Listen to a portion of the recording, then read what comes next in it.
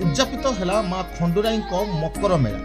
मकर संक्रांति दिन ठारू मांतीरा पंचायतर राबणा केन्दुदीप ग्रामर ग्रामदेवती पीठरे हेउथबा मकर मेला उद्यापित होइछि।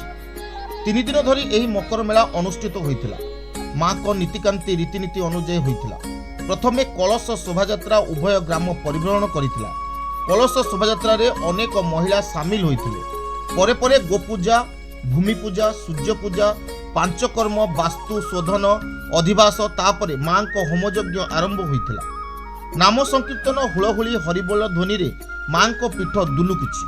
समस्तक मनरे एक भक्तिर भाव सृष्टि होइछि। प्रतिदिन माँ को पीठरे भक्त मानक पई सांस्कृतिक कार्यक्रम ठारू आरंभ करी भोजनर व्यवस्था करा जाइछि।